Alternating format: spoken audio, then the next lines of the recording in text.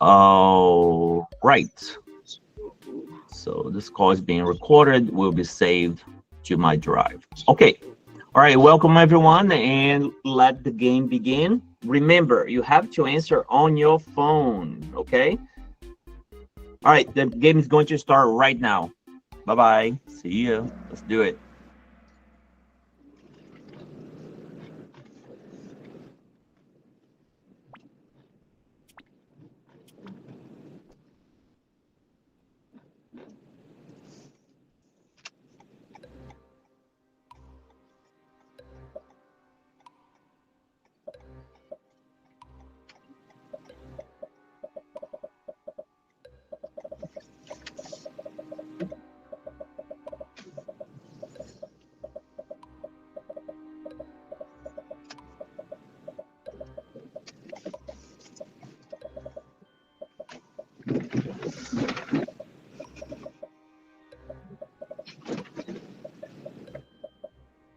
Please mute your mics.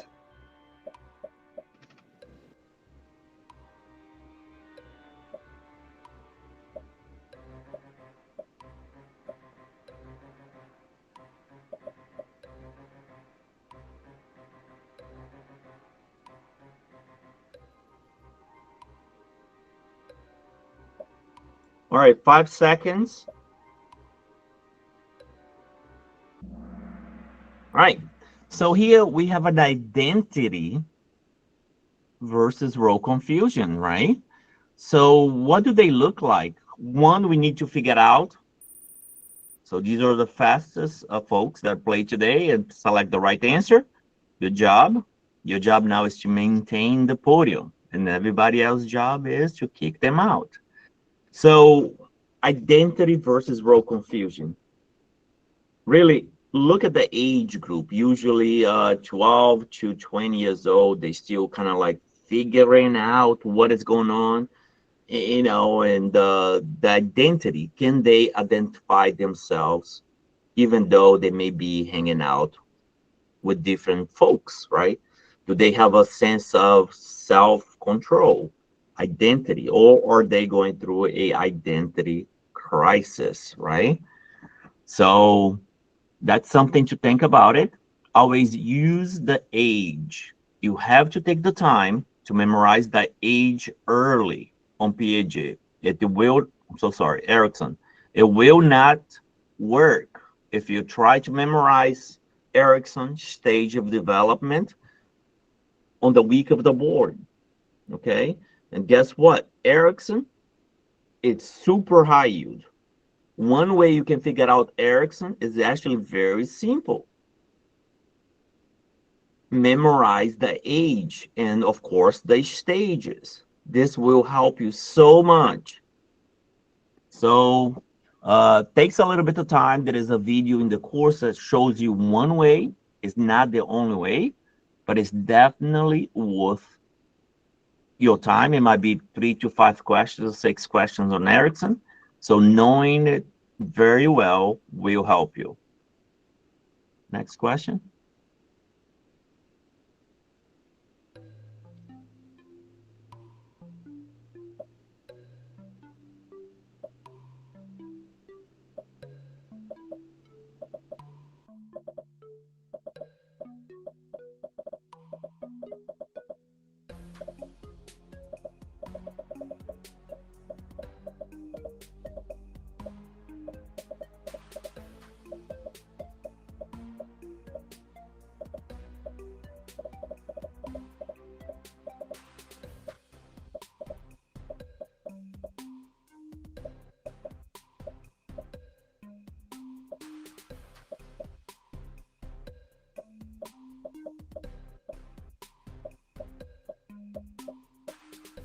All right, 10 seconds left.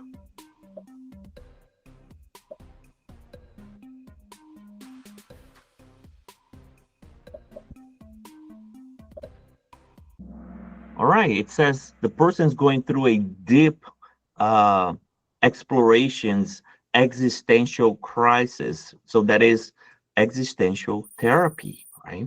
That is kind of easy. However, what is complicated is when we have logotherapy, right? Remember, cognitive behavior therapy is actually two different therapies. Cognitive, the thinking, and the behavior, the doing. What does it mean? Well, correcting the irrational thoughts or thought process and correcting the irrational behavior in order to make improvements, right? Psychodynamics, think about Fyodor, and DBT, think of Marshall Lineham for borderline, right? So existential therapy, exploring life meanings and choices. These are key words you need to remember. Responsibility. Now, how is that different than logo then, right? So existential freedom, sometimes even poking the bear, as I would say, it's such as, why do you think you arrived to this situation? Calling for personal responsibilities, right? Now, when we talk about logo, right, it's finding the meaning of life even through suffering, right? And I think we all been there, all of us, I think, I would say, when things didn't go well, we kind of stop and think, and then we can say, okay, it didn't go as I thought it would, but I can learn from this. What is the purpose of my life, my existence, in a sense, okay? And I think as everyone has been through it, right? So it's about finding meaning through suffering when we're in a dump, when we don't have our best game on. And then we can almost kneel down and be like, I got it now. So thank you for this opportunity, right?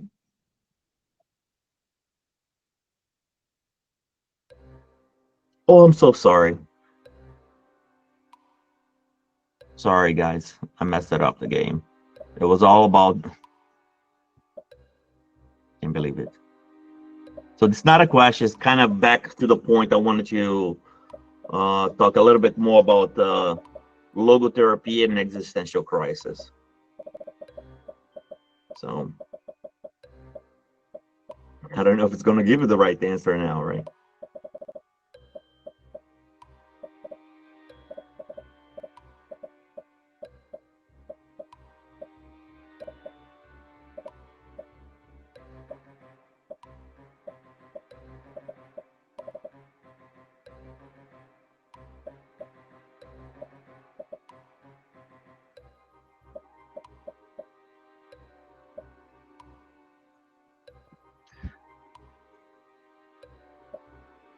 All right, so that was a slide that I want to talk about. So my apologies here on this. Hopefully everything else is in the right place now.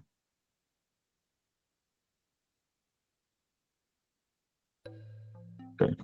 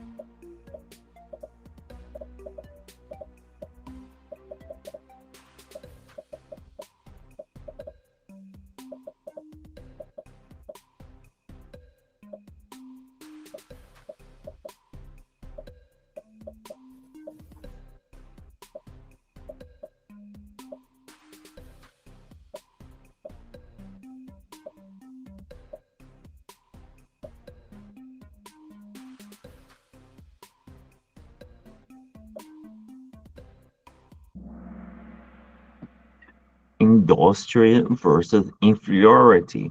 So we can see that even though the questions are not very challenging, it can become very challenging, specifically during the exam, after 3 hours doing the test. So it's very important doing as much as we can before the time. Okay. So here we have industry versus inferiority, right? Middle age children, 6 to 12, right?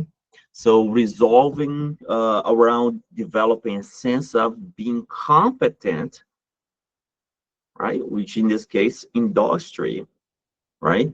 And if they cannot be or found themselves to be competent specifically against their peers, they find themselves being inferior to them, right? And as you think, this can cause some kind of a shame, and they feel less,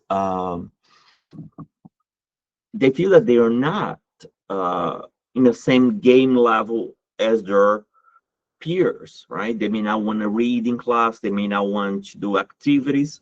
So if this has helped you, I want you to really remember 6 to 12, okay? So I think this is a good picture, industry.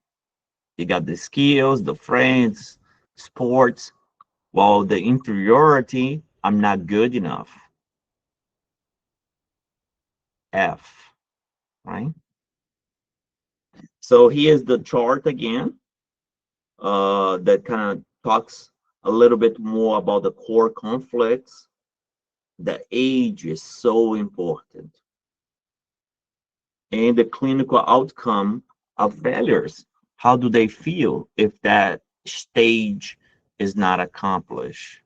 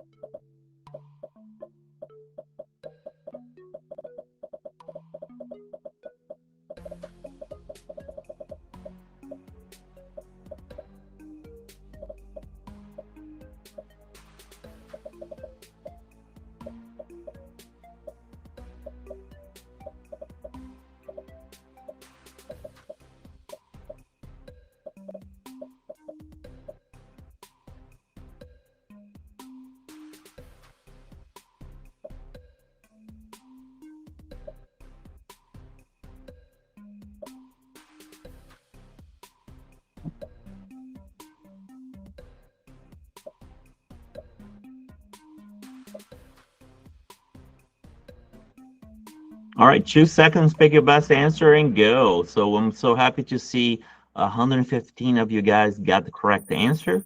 And now we have new folks on the podium here. Here we go.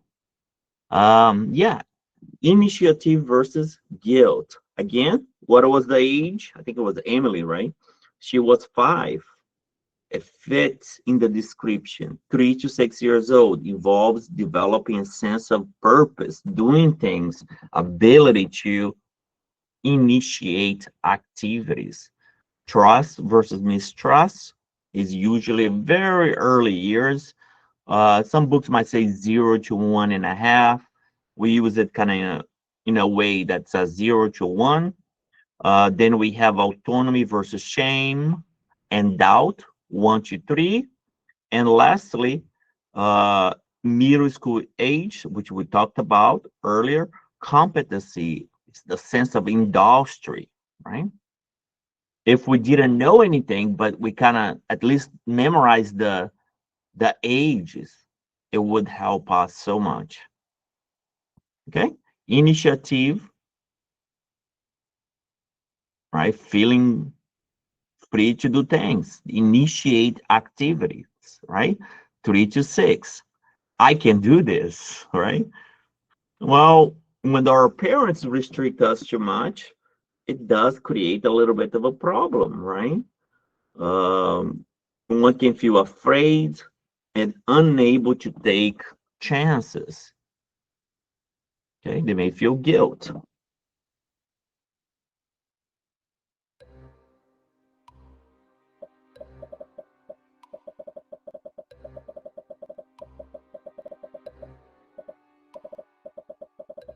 Oh, everybody knows this one. Can we get 100%?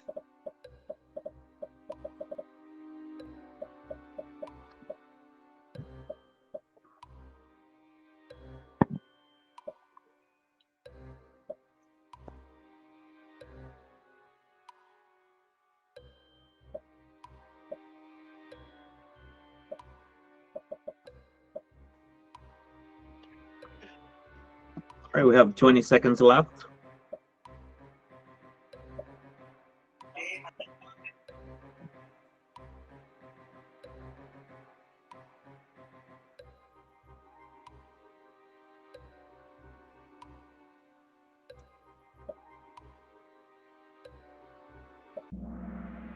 All right, close to 100%. So that's pretty good, pretty good.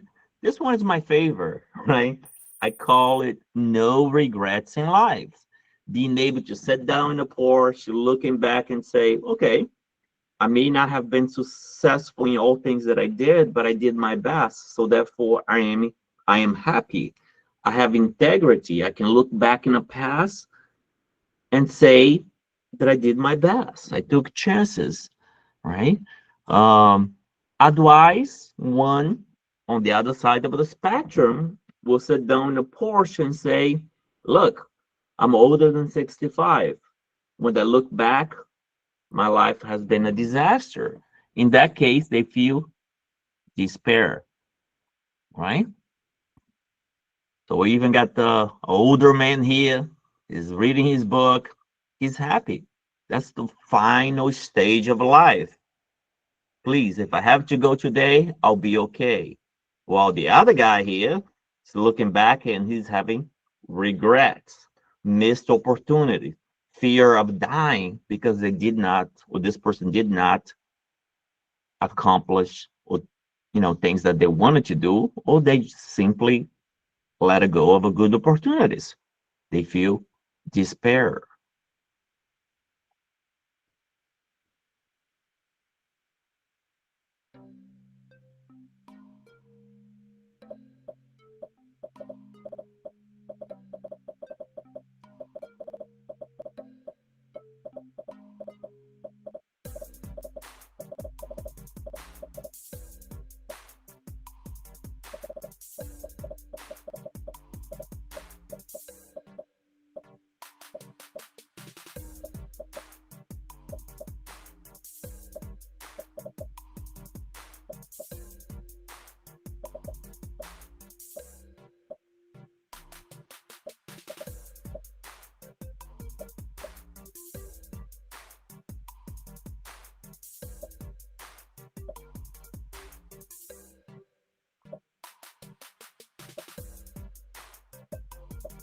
All right, we got about 5 seconds coming up.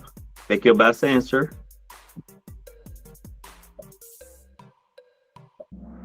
All right.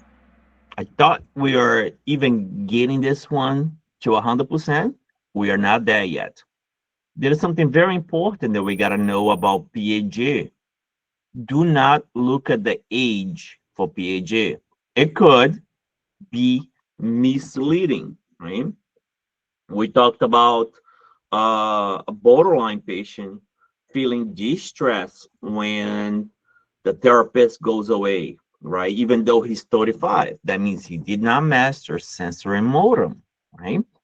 And sensorimotor really has other things like object permanency and object constancy, right? We talked about this yesterday. Is high yield, pre-operation is high yield, imaginary friends, um, and then of course formal and concrete. And if you guys were in the class yesterday, when the question about formal and concrete pops up, you need to know which one comes first, which one comes later.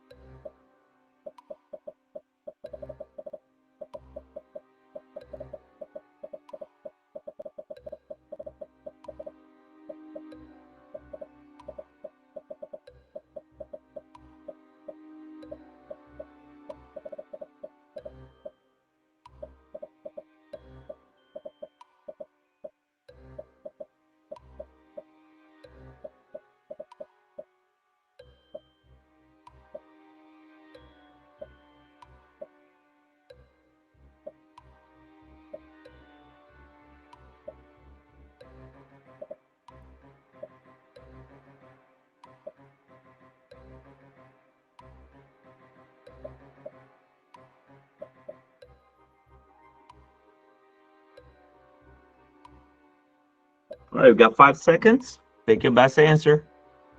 All right, so there is a reason why I stress so much about the C and the F.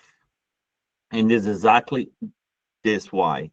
A lot of people will confuse concrete and formal, even though they understand it. Just think of this way. Concrete is concrete thinking. Things that are easier to understand. Form operation, hypothesis, science project, abstract thinking, right? Would be formal. How are you going to remember this? The F is later in the alphabet, C comes first. So you can put that in your toolbox. When you see form operational, think of abstract thinking, hypothesis, physics project, things that are complex. On the other hand, concrete is usually, younger years, anywhere between 7 and 11, logical thinking, concrete thinking, right?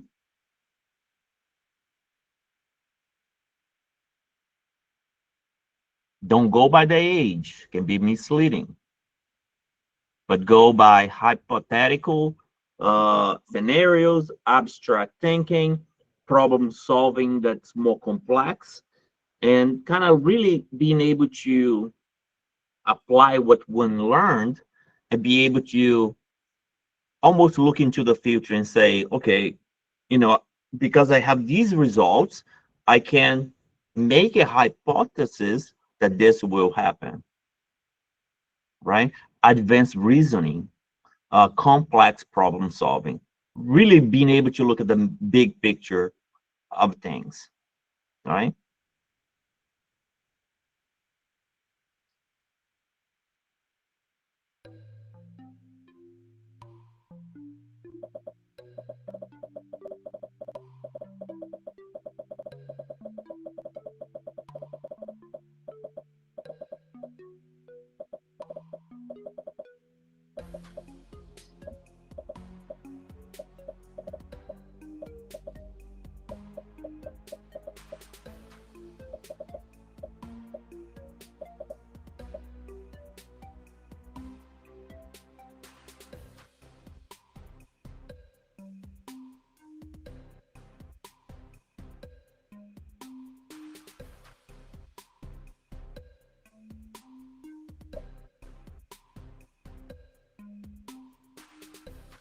Okay, last 10 seconds, pick an answer.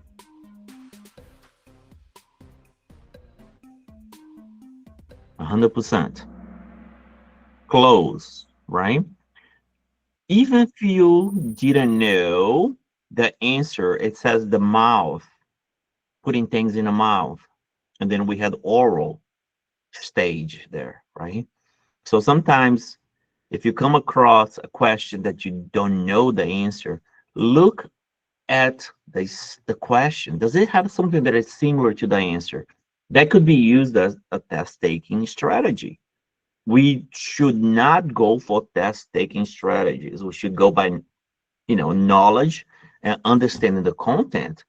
But it could be that you come across a question that you have never seen it, you have no idea, those questions are most likely thrown out. Look at the question. Do you have anything in the answers that kind of similar words? Sometimes that can play out in your favor. Okay.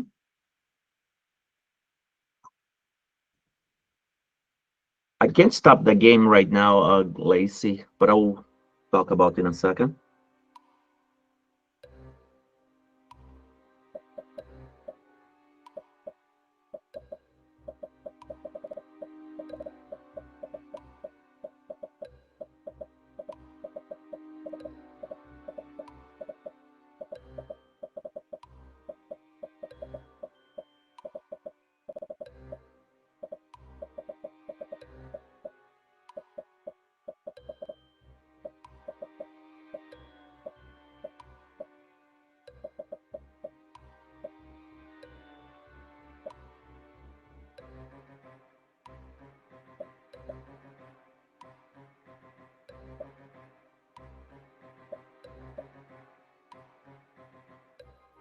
All right, 9 seconds. Pick your best answer.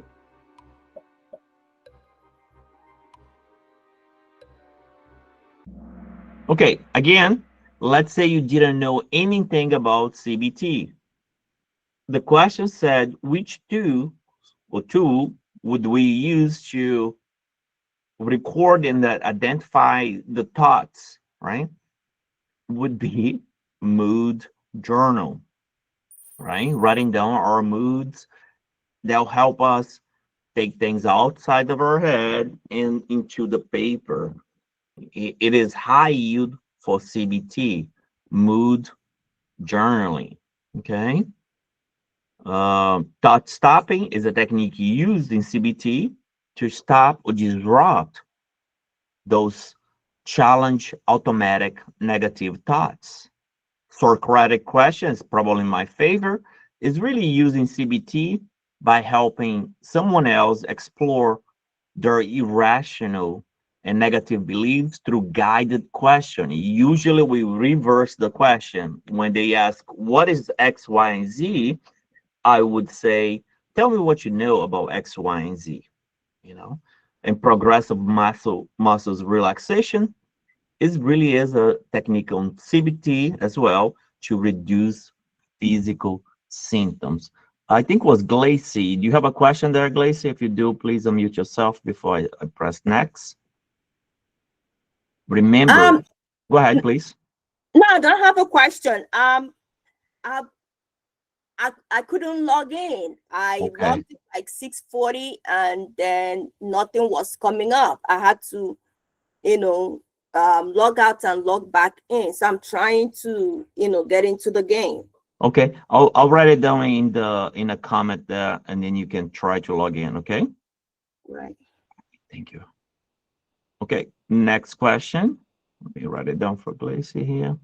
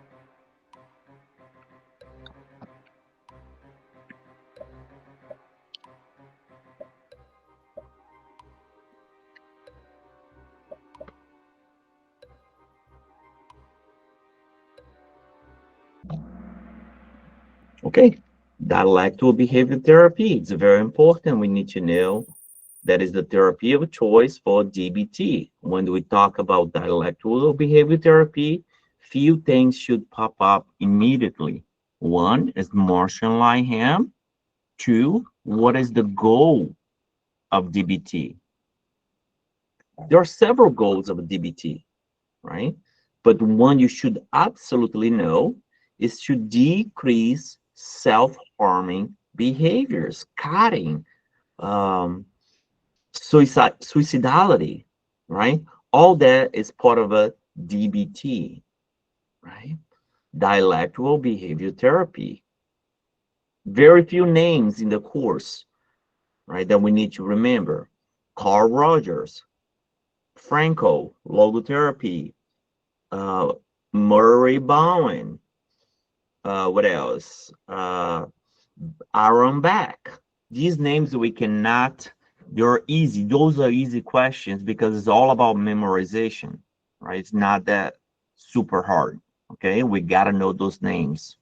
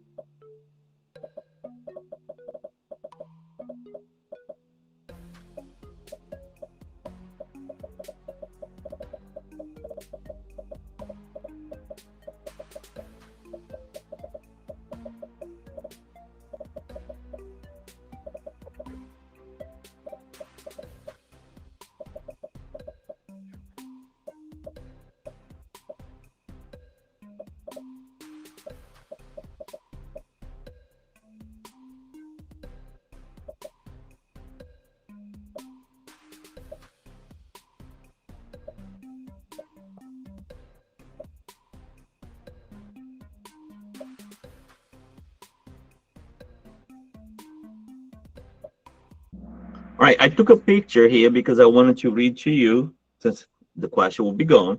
It says the patient expressed a desire for personal growth and self-actualization. Again, if I didn't know anything about anything in life, I would look at the answers and see, do I have anything that matches, right? I would be able to guess it, probably. If I have zero chances, now my chances are a little bit better, okay? So Carl Rogers, patient-centered therapy, and sometimes even called humanistic therapy. You need to know the goal, which is having self-actualization, personal growth. And we talked about Maslow's hierarchy of needs yesterday. And the top of the pyramid, it is personal goals, growth, self-actualization, right? So very important. And uncovering unconscious conflict that is more so not part of humanistic therapy. That's more of a field work. Childhood experience, focus on a past childhood experience is the key element of a psychodynamic therapy. Okay. And what is D? D, analyze the current or the maladaptive thoughts pattern that is the core of CBT.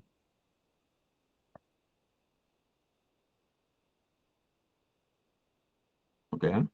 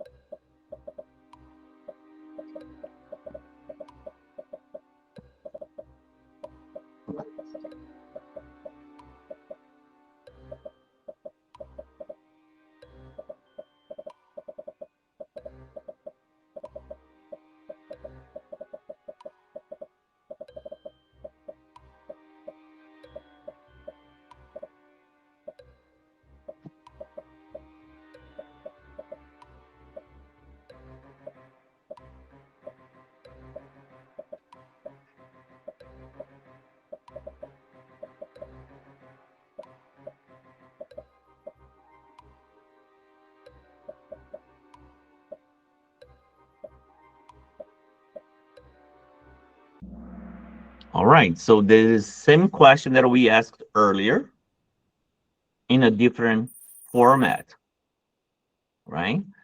So it's about freedom and responsibility. Where does it fall when we are trying to distinguish between logo versus existential therapy, right? These are key words that will get you an extra point.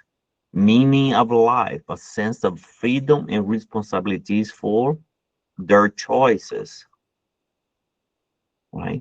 Exploring the unconscious conflict is Fyodor. Focus on behavior motivation is behavior therapy. And using medication management for anxiety, not necessarily a therapy, right?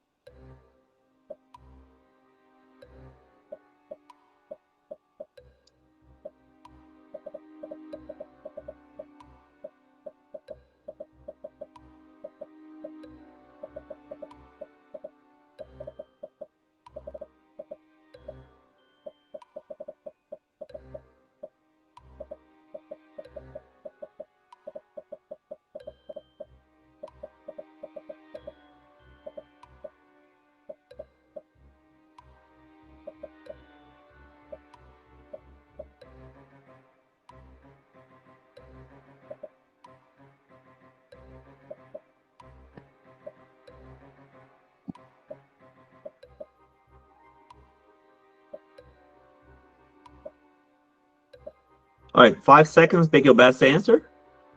All right, this one was a little hard until the last few words. It said conflict with the family.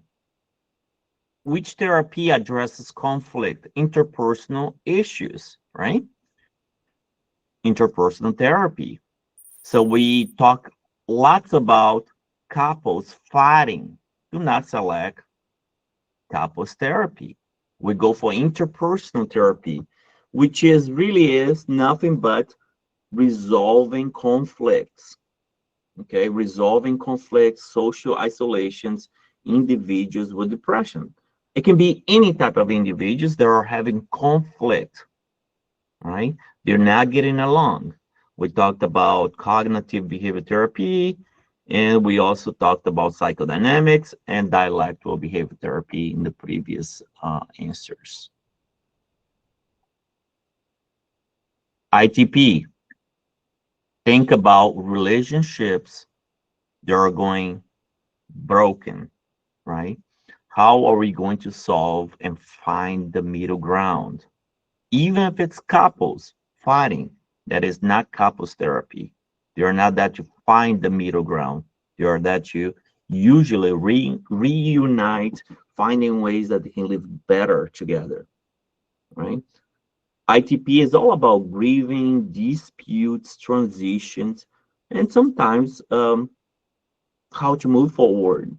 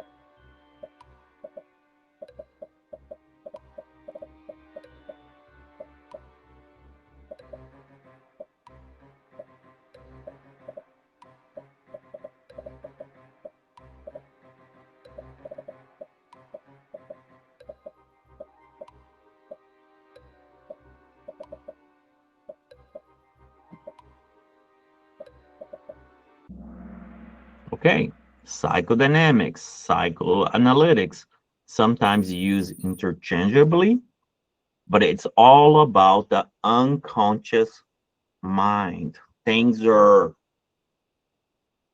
as things that are with us, but we actually don't know it because it's unconscious.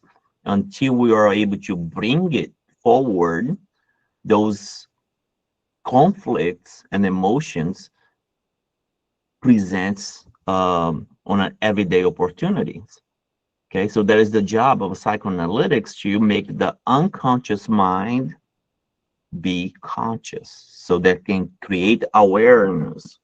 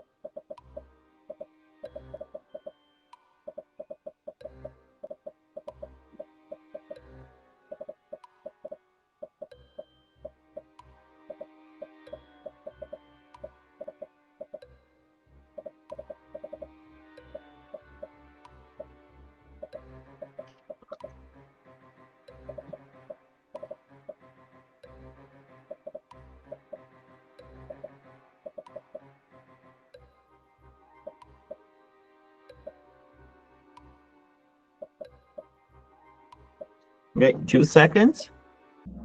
All right, so glad that most of you guys got it. The PMHNP is working with a family, so that's your first cue, that presents with complex relationship issues, including communications breakdown, confusions, and conflict among the family members. So that is your second cue. The PMHNP decides to utilize family system therapy. Now, what is the goal of family system therapy, right? It's being able to improve communication, roles, and interactions. Self-differentiation is the goal of family system therapy, right?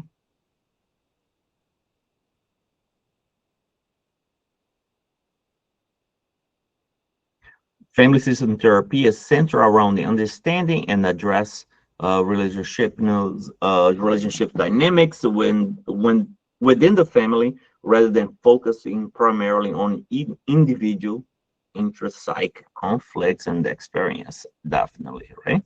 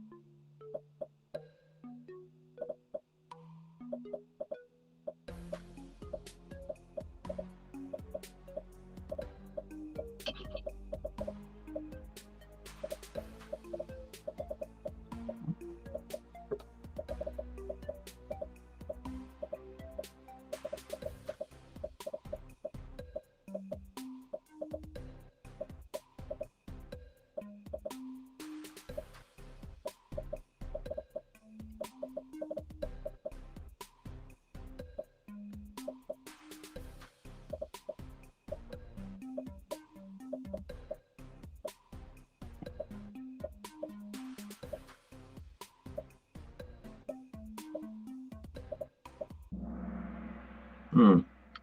1 second, guys. All right, self-differentiation here, right?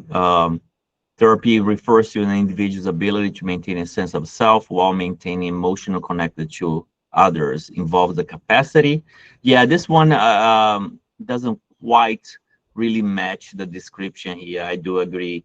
That matched more so with. I'll write down this question so I can reformulate. So my apologies. So it matched more so with triangles and triangulations to some extent. Okay, sorry about that. Other terms Yeah, that we that's need what to, I thought. yeah, other terms that we need to know for sure is enmeshment, right? Which family system therapy enmeshments kind of falls back on mostly? When we don't have boundaries, right? Structure. Structure family therapy. Triangles and triangulations falls into the family system therapy when a third party is brought in to resolve the conflict of the family members, right? That can create distress. And scapegoating is a family dynamics in which one family member is unfairly blamed or targeted for the family's problem. Frankly, do you have a question there? Yeah, Dr. Lopez, is it not triangulation because it's not a third party? She's already within the family? I didn't read the entire question, so I'm not entirely sure. I wrote it down here so I can go back and look at the details of the question. Yeah, there wasn't a third party. I have a question. It says it's talk about her feelings, right? Because she has anxiety. So we're not really focusing on everybody else's, they're focusing on her feelings. So that's why that was the correct answer, because at the end of the question it says, how does she feel? So then she feels that she don't have no boundary because she's taking over. I saw that in another exam. Okay. All right. So that would make sense. I didn't read the entire question, so I couldn't really figure out what was the best answer. That would make sense for self-differentiation. But as you can see, it can be a little bit difficult, even when the terminologies are simple. But if that is exactly what you said, then it would make sense to be self-differentiation. Okay. I like to take pictures because sometimes I can go back and read it, the question.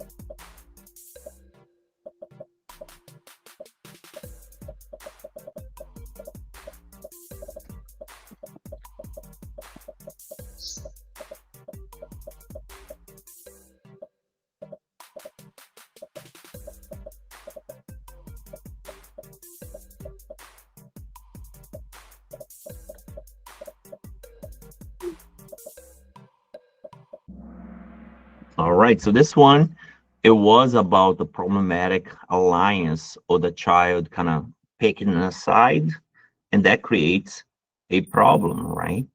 Um, so, or formations of problematic alliance or collision between two family members against a third one. This options describes the triangulation. So basically, that's what we would see is two adults involving a teenager or a child. That would be the case of triangulation here.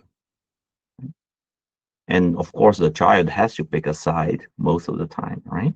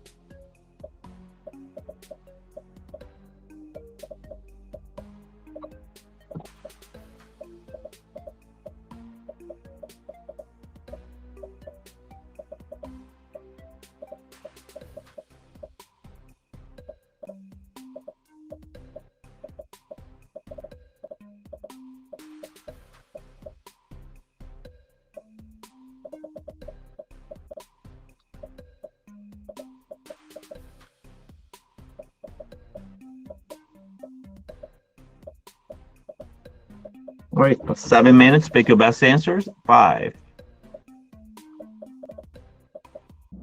All right, so what is the goal of MST, right? Is to resolve the issues that happen within the family, schools, and communities so that they don't proceed to become antisocial personality disorders, right? Usually that is for the teenagers that are misbehaving age 12 to 17 years old. The goal is to provide the family with the tools that they need to get hold of the adolescents that are being problematic, sometimes using substance abuse, sometimes running away from home, sometimes committing crimes. That is high yield for MST.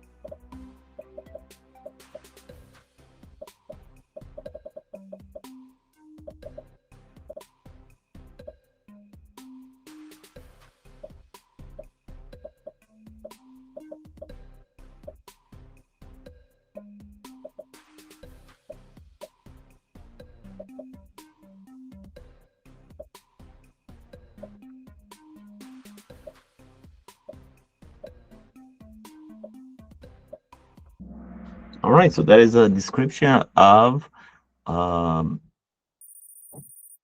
magical or I would call it, magical solutions sometimes or miracle solutions that are really is asking how the family would be or how one would be if they did not have that problem anymore, right? The future, how would they see it, the future without that problem? That elicits a new insight of the problem and gives them almost fuel to achieve the goal, right?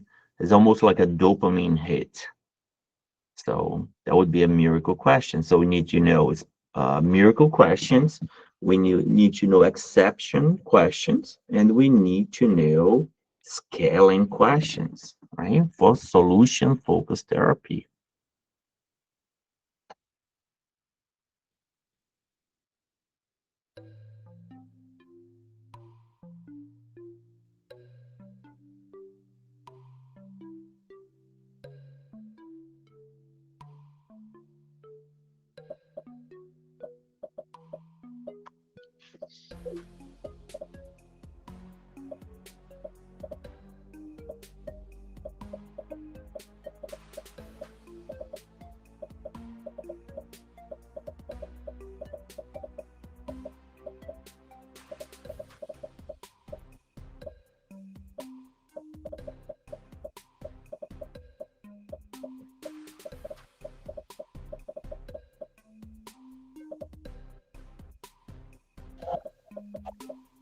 All right, we got 14 seconds. Pick your best answer.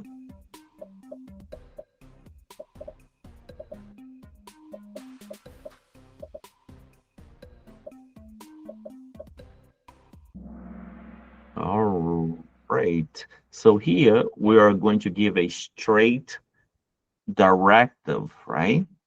How to solve the problem. So problem focus, solution focus, strategic on one problem. When we use paradoxical directives is when someone is stubborn and they would not follow the direction. Then we could use a paradoxical strategy here, right?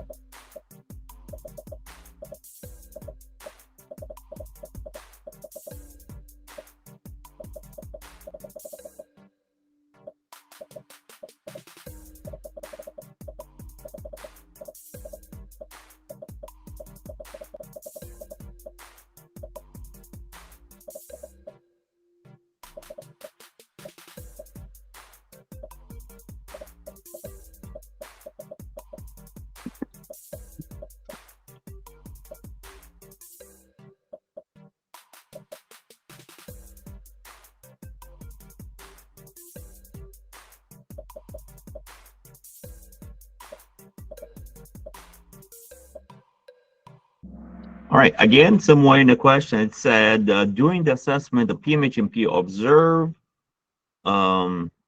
that the patient often rationalize their anxiety by explaining that they are just being cautious and responsible.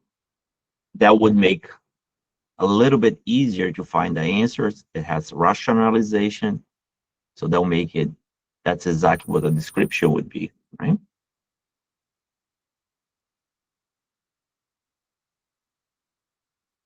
Justification for their anxiety to make it seem more reasonable. Right? Projection, on the other hand, would be involving attributing one acceptable thoughts, feelings, impulse to someone else. So we're projecting on them. Displacement, redirecting one's feelings or impulse from a threatening target to a less threatening one, like a dog. If I had a horrible day at work, I come home, the dog would be less threatening, and I would say, look, you made a mess here. So I'll be displacing or redirecting my feelings of my horrible day to a less threatening person, in this case, the animal.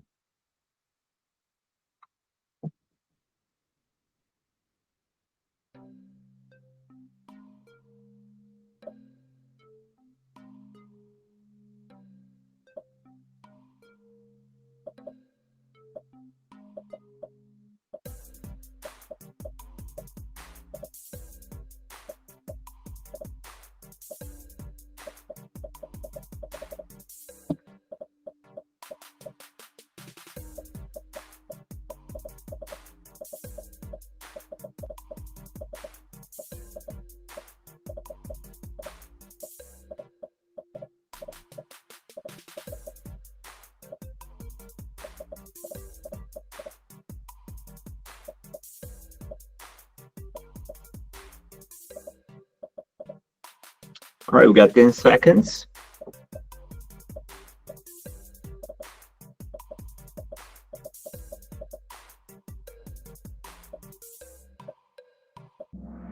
All right, so that is a description of reaction formation, right? So it's not a displacement or rationalization, and definitely not a repression of the memory, right? Reaction formation is an excess of normalistic and self-righteous attitudes, right? With strong criticisms of others. In this case, the peers that use substance, right? So it's a kind of like, it is a defense mechanism. It's called reaction formation. And we talked about displacement. Repression is the unconscious mind blocking out or forgetting distressful memories and thoughts. That is high yield for PTSD in a sense, right? So it's kind of like PTSD. They don't remember entirely what happened, but pieces of the evidence, right, of the crime per se or the traumatic event, because the mind tries to repress of what happened.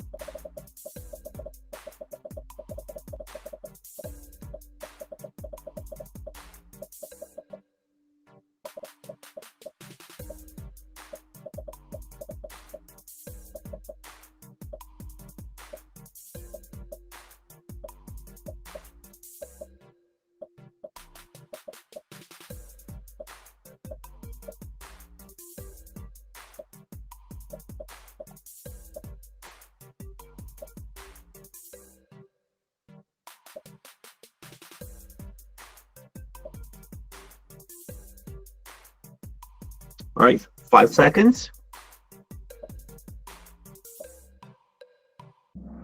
Okay, great. So we almost got 100%. That's good. All right, so we talked about repression. Sublimation is high yield, right?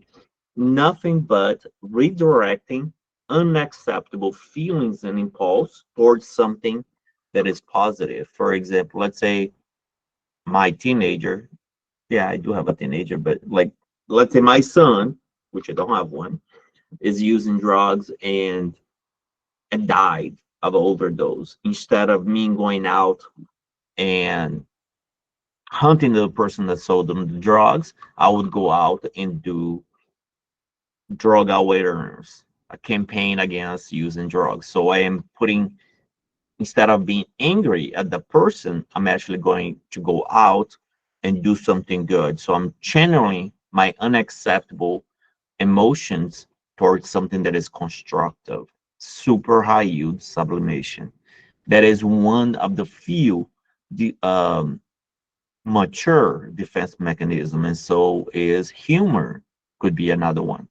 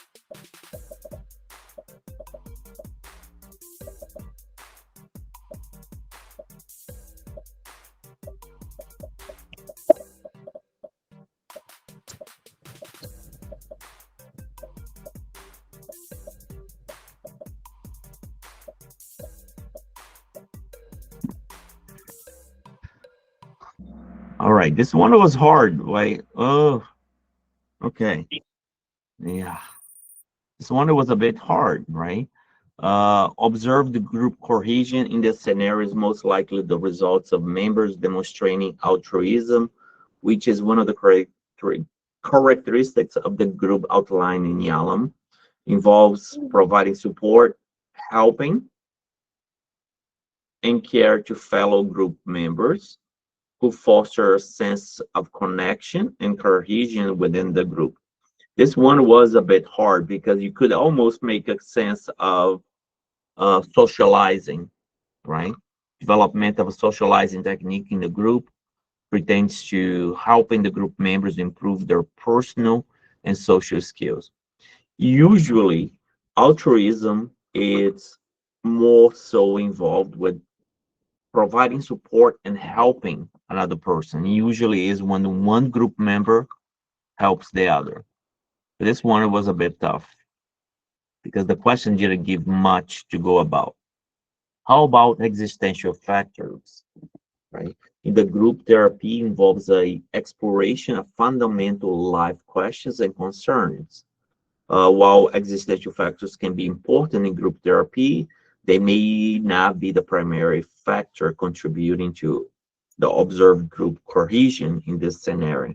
So Yalom can be very difficult because one can make it a judgment call. I think this question could have been better written to make it more of altruism in a sense of helping one another, for example. Keywords like providing support to the group. That's what it says there, support and help. It said that support and help, so here we go. In the second sentence, it says it provides support and help them. Yeah. Yeah.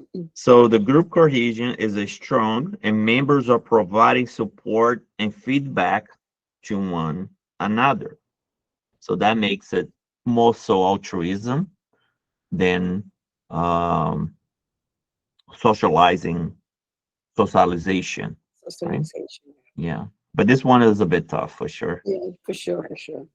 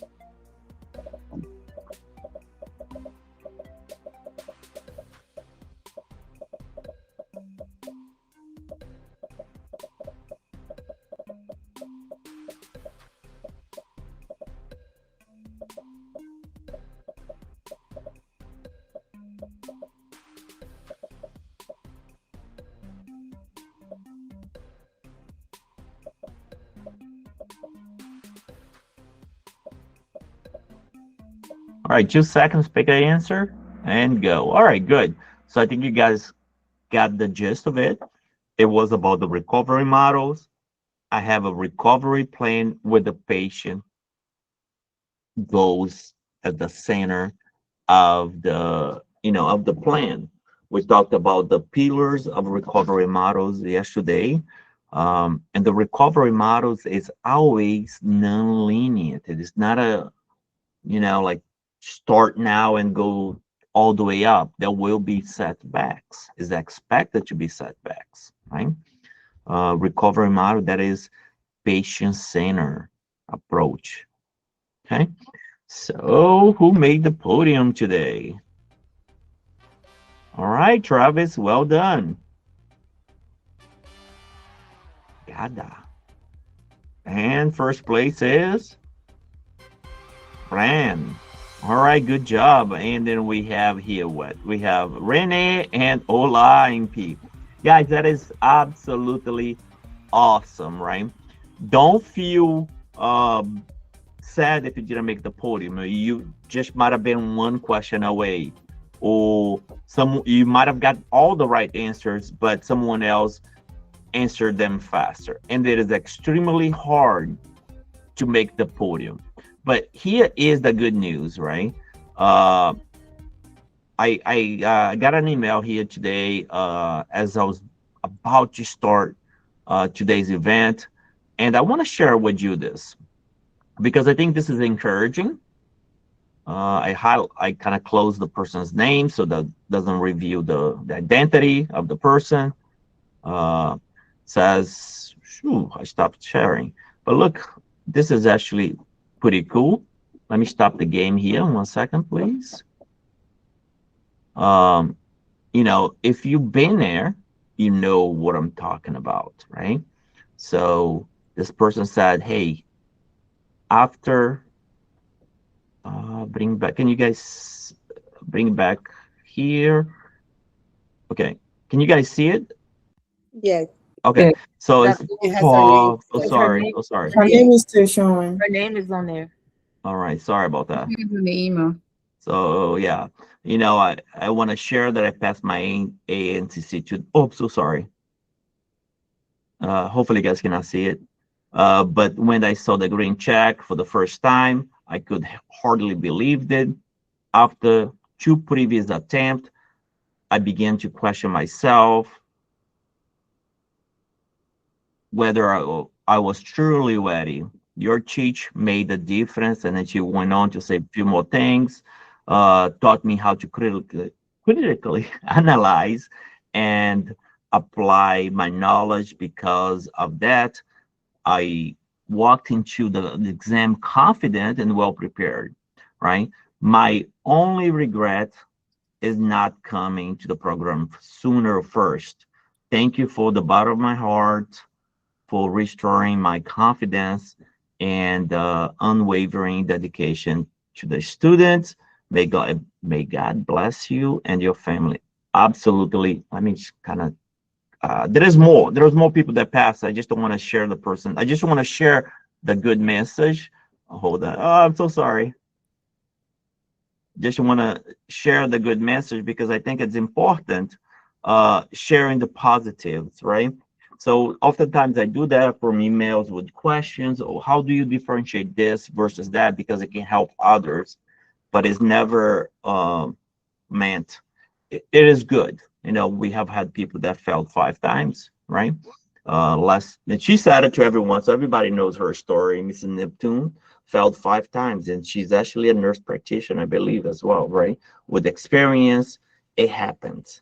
So if you've been there, if you ever failed anything in life, which all of us have, one way or another, you know, whether it was a test or whether it was neglecting other family members or doing something that we should not have been doing and we did anyways, we can feel the sense of dread, right? We can definitely feel what the person is saying here today. I've been there before, right? In different ways, in more ways that I can count.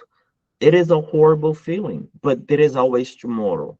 You know, so this person was the third time doing it.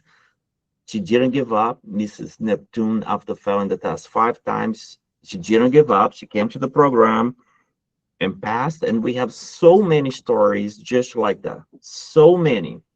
Now, if it's your first time taking the test, it is also a wake-up call in a sense. There was more other folks that I put it below, but I didn't want to, want to make sure that I didn't share the person's name. Is a wake-up call. This test is hard. But as you can see it, she applied. I went back to her records and I looked everything, and she applied everything. She went to the question bank. She didn't skip schedules. She attended live class. She completed her whole course. So I always do an analysis on those folks that don't pass, which happens, and those folks that do pass, because that way I can bring this to you and maybe prevent one or two of you guys from skipping a step, testing too early, or testing too late. Just being in the programming itself does not guarantee a pass. What guarantees is the way you study and the way that you, dedicate yourself. And obviously, we have the same scenario. Someone completed the entire course in 3 weeks and passing, coming back and say, it was so hard, but I passed. And then on the other hand, we have someone else that tested on the same day in the same city and actually in the same testing center. It said this was so easy. But what was the difference? The first person finished in 3 weeks, the other one finished in 8 weeks. There is no extra charge for staying longer What we really want is the final results, which is, passing the board for you. So that being said, let's go ahead and answer some questions. Well, hold on a second. We do have one announcement here real quick. So it is Thursday, right? Next week is a huge week, right? It's the crash course review. During the crash course review week, we will not have classes during the middle of the week. Why? Because February 21st and 22nd, we are going to spend about anywhere between 16 to 20 hours on the weekend. Now, you don't have to stay the whole time. It is recorded already. It's already part of your portal, right? There are some documents in there that you should know by heart.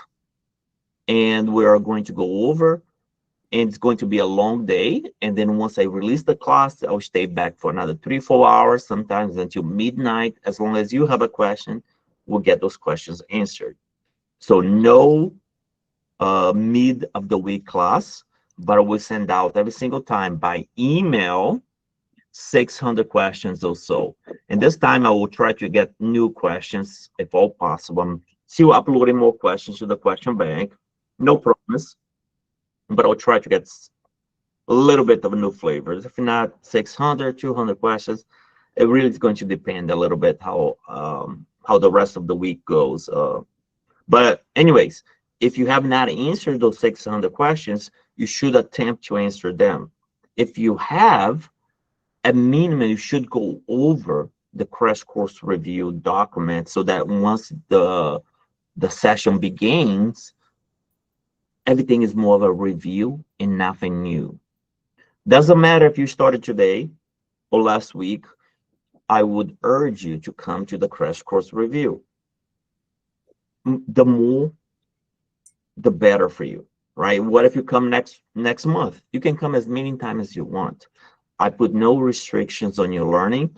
This is not like, oh, come one class, you are not allowed to come again, right? I don't think that is fair to you, and I don't do that. So come. Doesn't matter if you started the program today. If that is you, that is totally fine. It will be a long day to make sure you get your chocolate candies, your water, your coffee, but it's going to be all worth it once you get your green check. Okay, so that is the announcement. Let's go ahead and answer some questions. I mean, anything that is in your mind is a fair game. If you have no question, have a great night. Thank you for being here today. Prepare yourself emotionally, physically, for next weekend. We'll do the crash course review. Okay. All right. The first person here that has a question is Murray. Murray. Yes. Good evening, Dr. Evening. Lopez. Hi. Thank you so much for your patience and your concern about our progress. Yeah. I really appreciate that. Yeah, we track people, right? We send emails, we send text message, and we try not to lose anyone because some people are passing tomorrow and some people are starting today. So there is a big gap. So I always try to repeat the information so that way I'm not losing anyone as much as possible. Even though sometimes I look at it, I say, this is too much, but at the same time, it's not that too much. Even if I'm running late, I try to join in. I said, I told myself, even if it's one thing that I learned, I mean, it goes a long way to stay with me. Yep, and I won't forget it, so I will concentrate on the others. But anyway, thank you so much. Yes. When we got to, is it enmeshment, something like that? So that was, when I raised my hand up, I wanted you to explain more on that. Okay. But so, what is enmeshment? What do you get out of that? I didn't read through it honestly because I was. That's okay. So there's enmeshment is really is blur the lines, right? So when the lines are unclear, there are enmeshments. When I don't know that the boss is the boss, I might be like, hey man, I want to go out and have a drink with me, right? So it's kind of not appropriate, right? So like I can be friends with my boss, and I am, but not to this level of where the lines can be blurred. When we have blurred lines, and oftentimes is more used or will be used when the therapist towards the patient start blurring the lines. Or sometimes, if it's the patient towards the therapist, that would be what that would be called countertransference.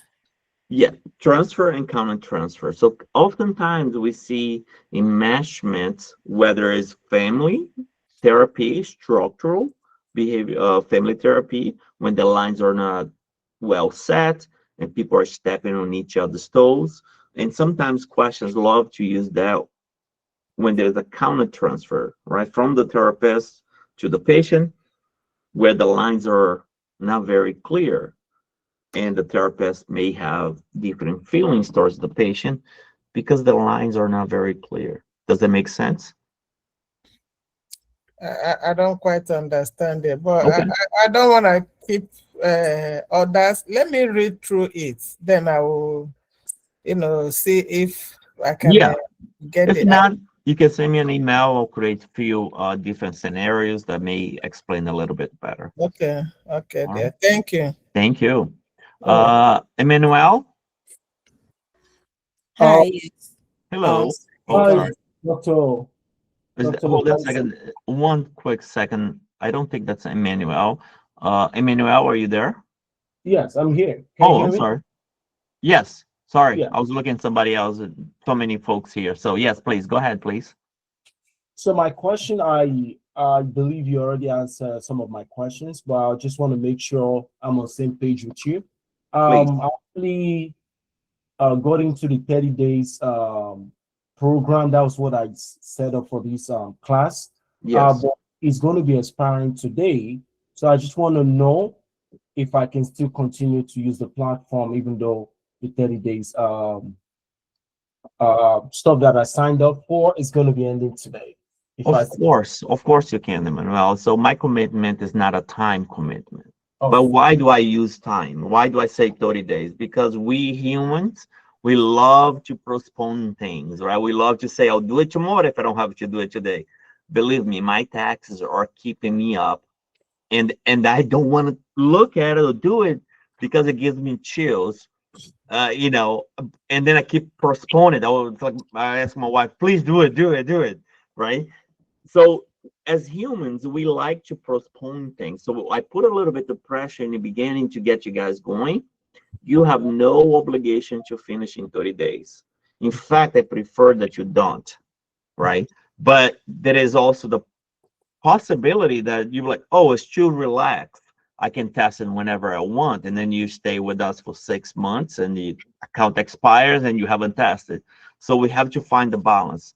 So the good balance is, in my view, many people can disagree with that and they would be correct.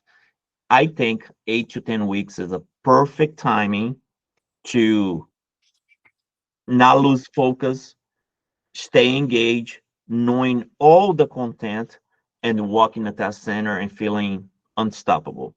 Now, we have people that have done in 2 weeks. We have people that have stayed with us longer. And it's all dependent on your own personal balance, whatever's going on with you. But I urge that you continue to move through the content, one module per week at your own self pace, and come to the live classes as a second way through seeing the content, because no live class will ever be the same.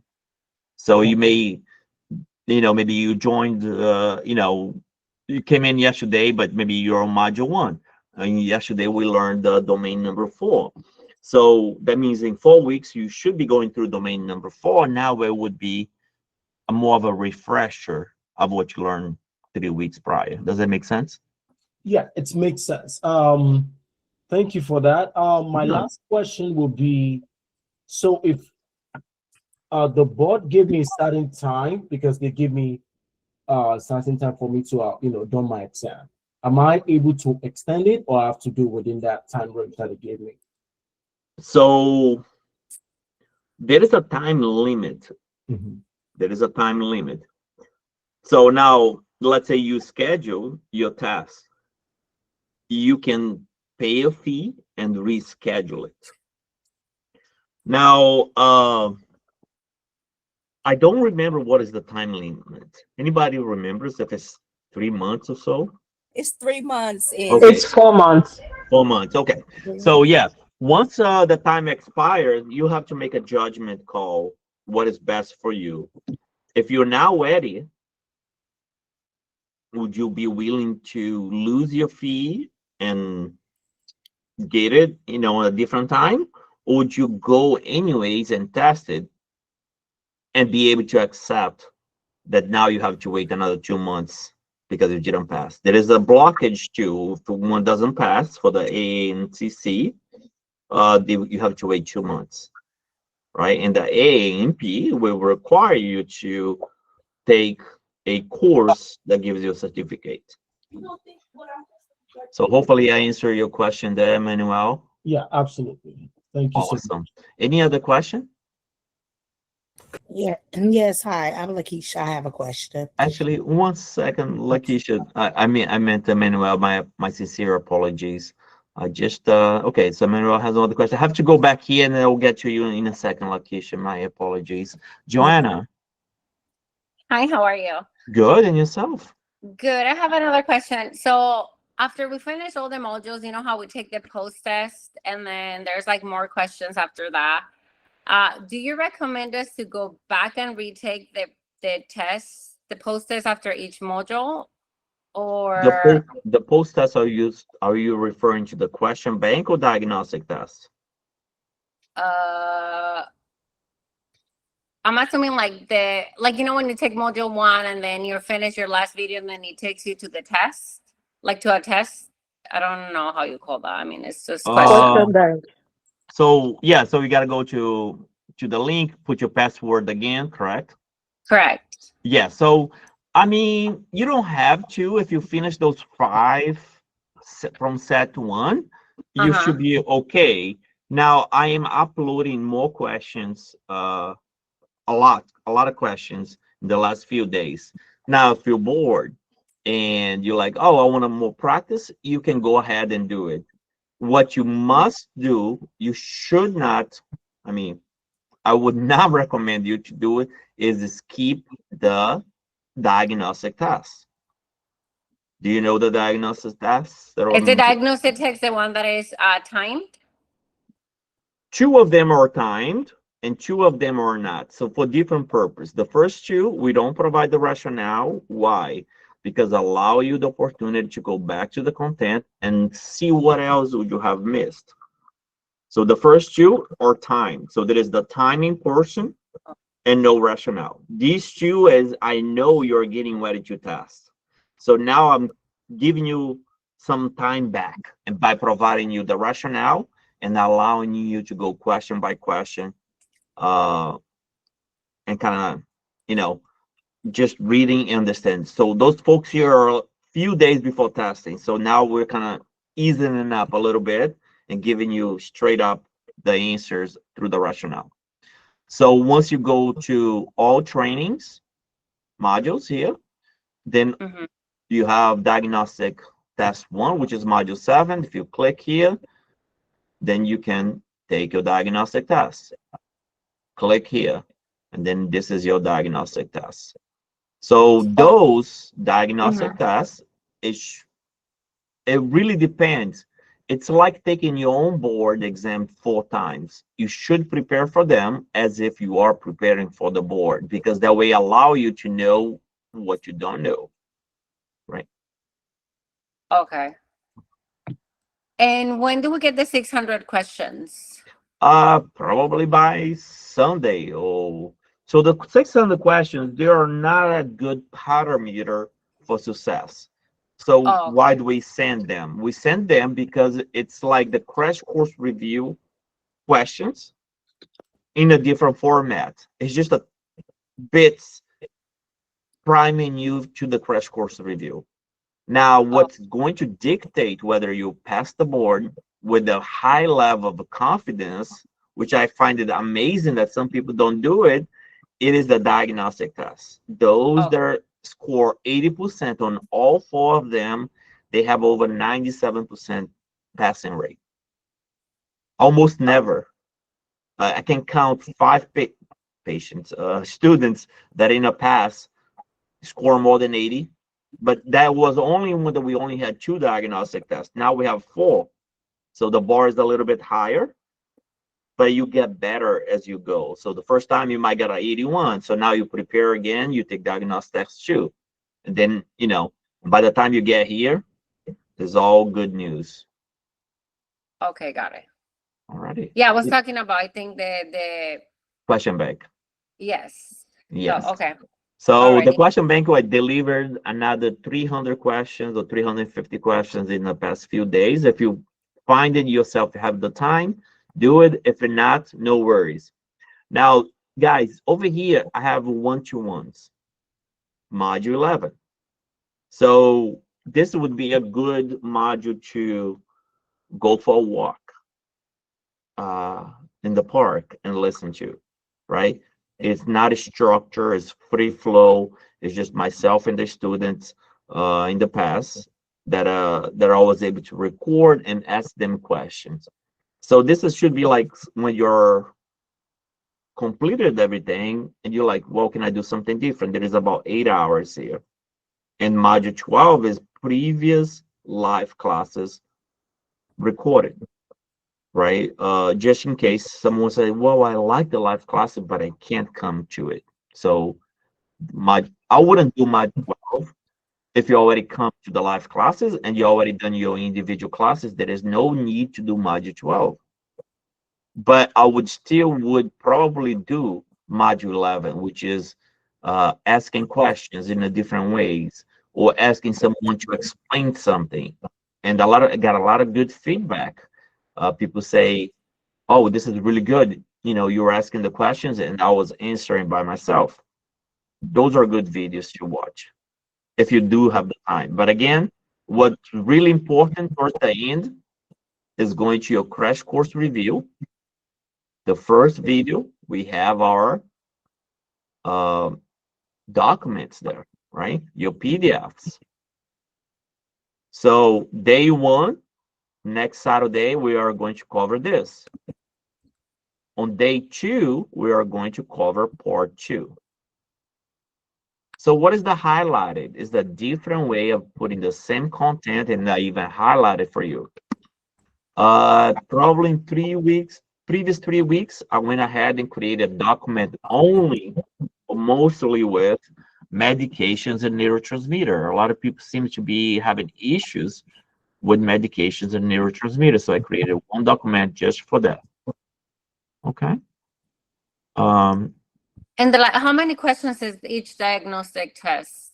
About 175 or just about. Yeah. All right. Thank you so much. Yeah, my pleasure. One of my good friends that recommended you, she passed her test today. All right. Awesome. So proud of her. Yes. Well, you will be next. Next. Yes. Amen. All right. Faith, you have a question there? Yes, Dr. Lopez. I just want to know in March, when is the crash course going to be so that I will know how to plan? Okay, I want to say March 29th and 30th. If that falls in a weekend, it is the right date. I don't have my calendar. I can look. Yes. Okay, so 29th, 28th, 29th. Oh, 28th, 29th. Okay. Yeah, thank you, Adeline. Thank you, sir. Yeah, all right. All right. Next person is Tauba, MP. You are muted if you're trying to speak. All right, we'll be back to you, Tauba. Find your mic and just unmute yourself kindly if you are there. Can you hear me? Yes, I can. Hi. Hello, good evening, everybody. Good evening. So, Dr. Lopez, oh my God. Nice to finally seeing you. I joined like 10 days ago, okay? Okay. I'm new here today. I didn't want to participate because I did not know what to expect, but now I get it. So my question is, I took the pre-diagnostic test last week. Is it normal that I still have it available? What do you I'm mean not by sure. still have Yeah, available? So yeah, it I doesn't still it doesn't go away. You can click here as many oh, times. But okay. what we ask is don't look at the answers because it's going to be the same one Okay. that you are going to take at the end of the course plus another three. So we really it's just knowing where you start, and it doesn't really matter where you start as long as you know where you're heading to. At the end, the goal is for all four diagnostic tests to score 80% or more, because that will give you a confidence that you're absolutely ready. Okay, I got it. I just wanted, I was confused because I'm like, why is still there? It should disappear by this time. No, it I know. doesn't. Okay. All right. Thank you for clarifying. Good night, Yeah. everybody. So do you know where you find your documents? Yes, I do. I went Awesome. through the PDF prior to testing and everything. Thank All you. right. You read the I'm PDF. I'm so excited. happy. Yes, awesome. Welcome. So, Thank you. I mentioned this before. You just joined the course 10 days ago. Come to the crash course review if you can. It will be long days, but also helps you be like an eye opener, because a lot of people think this test you can just walk there and take the test. It No, is hard. absolutely. So Absolutely. I'm a family nurse and practitioner. I have been there, so I kind of get it. you know it. You kind of get it. Awesome. Thanks for All right. being here. Sure. All right. Next person is Lakeisha. Hi. Hi. Okay, so prior to starting your course, actually a coworker referred me to you, but I had gone on to the ANCC website and I purchased their test bank, and so I do go back and forth sometimes between taking some of the tests. I did take a test today, and I wanted to know if it's okay, if this is the right platform to review this question with you and see if you could provide some insight. Sure.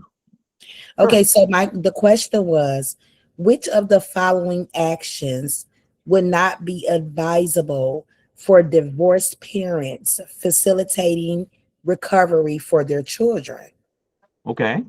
The answers are: one, the divorced couple continued working to relate to the couple. The divorced couple continue working to relate to the child despite the child's anger. The next is the divorced couple avoids arguing with one another. The next is the divorced couple shows consistent behavior toward the child. And last, the divorced couple provides an age-appropriate, truthful explanation for why they divorced. And how is the child? They did not provide an age. And so I was completely confused when I came to this question. Didn't know how to answer it because they all seemed something like it was something reasonable. Right. So what was so we're looking for a negative answer. What we should not do. Yes. So A was what again? The divorced couple continue working to relate to the child despite the child's anger. Okay. And B? The divorced couple avoids arguing with one another. So we know that B is out. Right. Correct. All right. So we'll put a question mark on A. Okay. What was C? The divorced couple shows consistent behavior toward the child. Didn't say what type of behavior. Right. And that was my selection. But Okay. but So then, I mean, consistent behavior is better than inconsistent. So we can cross that out too, right? Because we should have consistency to some degree, right? But yeah, I see it. 1 second, please. All right. So we can cross C out. What was D again? And D is the divorced couple provides an age-appropriate, truthful explanation for why they. Okay. So D is out too. So answer is A. Okay, so the divorced couple continue working to relate to the child despite the child's anger. Oh yeah, I get it now, because you don't need to relate to the child. Yeah. Okay. Yeah, that too, despite the end is what give it away, right? Okay. If you are angry, if someone is angry and going through a crisis, am I going to still push on them what's causing them to be angry? So that is what gives away. But I urge you to look for the negative. Is looking for what you should not do. That kind of always tricks me. That is actually one thing, except which of the following is not, and I end up picking what it is, right? So I always, when I see those questions, I have to really think through it, because you got to find what it gets you. And to me, is that is not, except. Those questions always trick me because we're looking for something that we should not do. That's why I had to kind of like, okay, pay attention here, because it's, so basically A is saying, should you continue discussing the problems that making the other person angry, specifically when they didn't give the child's age, right? So it's probably not a good thing to do, or it's definitely the other three options is appropriate. So, but And now I'm go ahead, seeing please. it now because it says working to relate. I said it over and over in my Exactly. head, but now it's like working to relate to the child despite the child's anger. Maybe not what we need to be doing. Yeah. Relating to necessarily what the child is feeling, but providing an explanation maybe is better. Yeah. Dr. Lopez, sorry. Why is B not right? Because it's a negative things we're looking for. What would be again? The divorced couple avoid arguing with one another. Okay, so we're looking for something that you should not do. Yeah, so, I get that's right. So that is the part that confuses me, is like being able to go back and be like, is that what I should not do? No, it is what I should do, So yeah, it's a hard question. You gotta think through it in order to get the right answer, for sure. Yeah, I chose B, but I'm like, now I understand why I got it wrong. Good. It's there's always a win. It's better when we get things wrong, because now we can go back and be a little bit better next time. So it's good. Alrighty. Thanks for the question. You're welcome. The next person is Constance. Yeah, Dr. Lopez, good evening. Good evening. Yes. I'm just a little bit behind. I've just completed module 1 and I'm on module 2 because I joined the class not long ago. It's okay. And so the Kahoot for module 3, I was able to participate without, I haven't even read it yet. And this module 4 too, I did some, but I think my weak point is the therapies. I didn't do well in the therapies when answering the questions. Okay. So, and also it's a little bit hard, like I don't know how to study those. Yeah. Were you in yesterday's class? I was. Okay. I mean, therapy is a good thing to be weak on. It's the module that will, there are only 17 questions.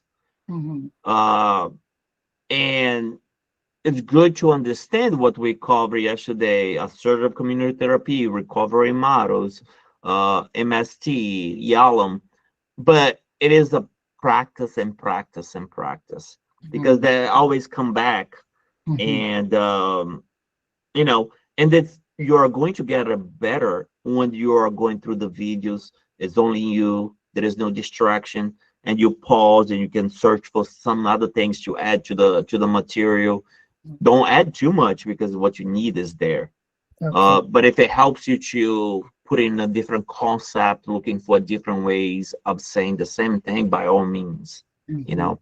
So it is where I would say 70% of the students feel weak on, but it is the good place to feel weak on, because if you feel really good about modules 1, 2, 3, then it is a reassurance, because most questions come from modules 1, 2, 3.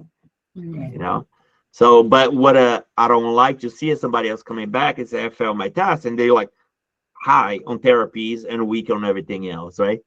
That doesn't, you got to put your energy where it's going to give you the most questions, which is modules 1, 2, 3. Okay, but don't blow at the therapies either. You know, Yeah, don't be like that. I want to pass it. I want to know everything. Yeah, it's, you know, the best way is kind of like having a test date and walking through each of the modules, having a planning when you are going to accomplish, because it gets too easy for us to be distracted. Oh, it's the weekend. Oh, I don't feel like it. Oh, I don't want to do it. Oh, I'm tired. Oh, other good reasons. But once you have a test date in mind, you can walk it back. What are you going to accomplish? And then you can make adjustments, you know, and give yourself some wiggle room to make adjustments. Maybe 2 weeks. It's a good wiggle room.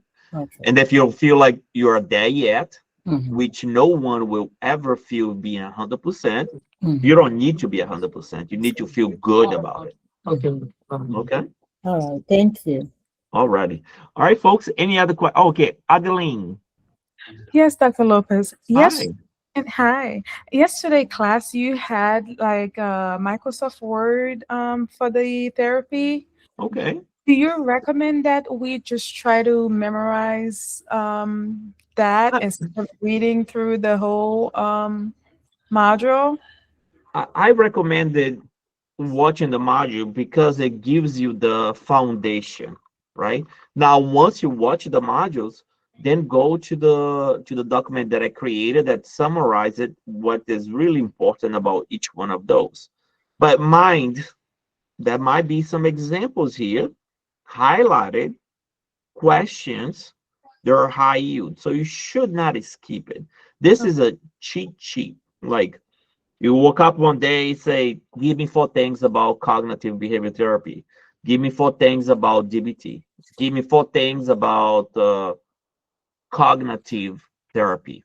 So it's like a cheat sheet. It should not be your primary go-to. Your primary go-to is the PDFs. Okay, gotcha. Okay. One more question. Yes, please. The crash course is next weekend. So Yes. do you recommend that we go over the modules before the crash course or no?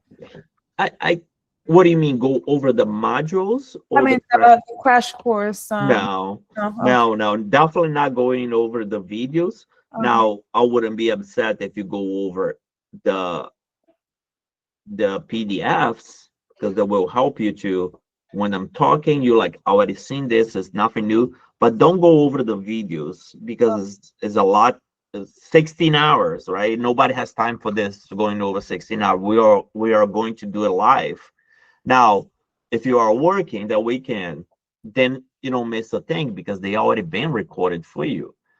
But you should not be going through the videos, but you should be going through the PDF, because you got a whole week of no live classes in the middle, plus the 600 questions, right? Yeah. I mean, yeah. Module 3 right now. Yep. Just walking through those questions, be able to tolerate distress, because you are going to see things that you haven't covered or you don't remember, but learn as you go. Okay. Thank you. All righty. Any other questions, Adeline? No, I'm good. Thank you. All right. Awesome. Yeah. Thank you for the questions. Hola. Yes, sir. Hi. Hi. Thank you for everything, Dr. Lopez. My pleasure, for sure. Yeah. So this is not a question. It's just kind of like an opinion anyway.